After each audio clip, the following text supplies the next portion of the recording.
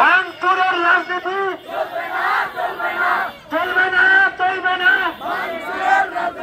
কথাটা যে ফরিদপুর 4 আসনে আমি একজন স্বতন্ত্র প্রার্থী, আমার নির্বাচনী গেট, ফেস্টুন, ব্যানার এগুলো ভাঙচুর করা হয়েছে। তারই প্রতিবাদে আজকে আমরা ঝাড়ু মিছিলের আয়োজন করেছি। আমি নির্বাচনে এখন আছি, সামনে থাকার আমার দৃঢ় প্রত্যয় এবং আমি থাকবো ইনশাল্লাহ। তবে আমি নির্বাচন কমিশনের কাছে আবেদন করব, আপনারা সুষ্ঠু নির্বাচনে পরিবেশ করেন, যাতে করে আমরা নির্বাচনী প্রচার প্রচারণা চালাতে পারি এবং নির্বাচনে অংশগ্রহণ করতে পারি। এভাবে যদি আমাদের নির্বাচনী গেট, ব্যানার ভাঙচুর করা হয়, তাহলে তো নির্বাচন সুষ্ঠুভাবে হবে না বলে আমরা বিশ্বাস করি।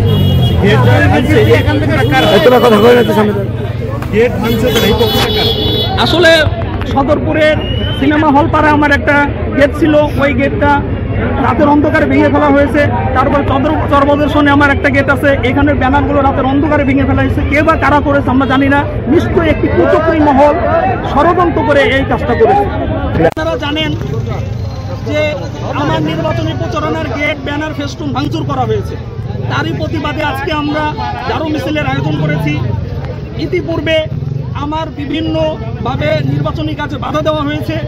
তারই প্রেক্ষিতে আমি বলতে চাই, আপনারা জানেন ফরিদপুর 4 আসনে ইতিপূর্বে আকমল ইবনে ইউসুফ ফরিদপুর থেকে এসে ফরিদপুর 4 আসনে নির্বাচন করেছেন। তারপরে জাফরুল্লাহ চৌধুরী কুমিল্লা থেকে ফরিদপুর 4 আসনে এসে নির্বাচন করেছেন, প্রচার প্রচারণা চালিয়েছেন। এবং মাদারীপুর থেকে নিক্সন চৌধুরী ফরিদপুর 4 আসনে এসে নির্বাচনী প্রচারণা চালিয়েছেন, নির্বাচন করেছেন। বর্তমানে শহীদুল ইসলাম বাবুল সাহেব নগরকান্দা থেকে এসে প্রচার প্রচারণা চালাচ্ছে। আর আমি এই ফরিদপুরের 4 আসনের সন্তান, আমার বাপ দাদা 14 গোষ্ঠী এই ফরিদপুরের 4 আসনের সন্তান। তারপরেও আমার নির্বাচনী প্রচারণায় বাধা দেওয়া হচ্ছে। আমি এক তীব্র প্রতিবাদ এবং নিন্দা জানাই। পরিশেষে বলতে চাই, আমার নির্বাচনী কাজে যদি সামনে আবার বাধা বিপত্তি আসে, তাহলে আরো কঠোর থেকে কঠোর কর্মসূচি আমরা বাধ্য হব।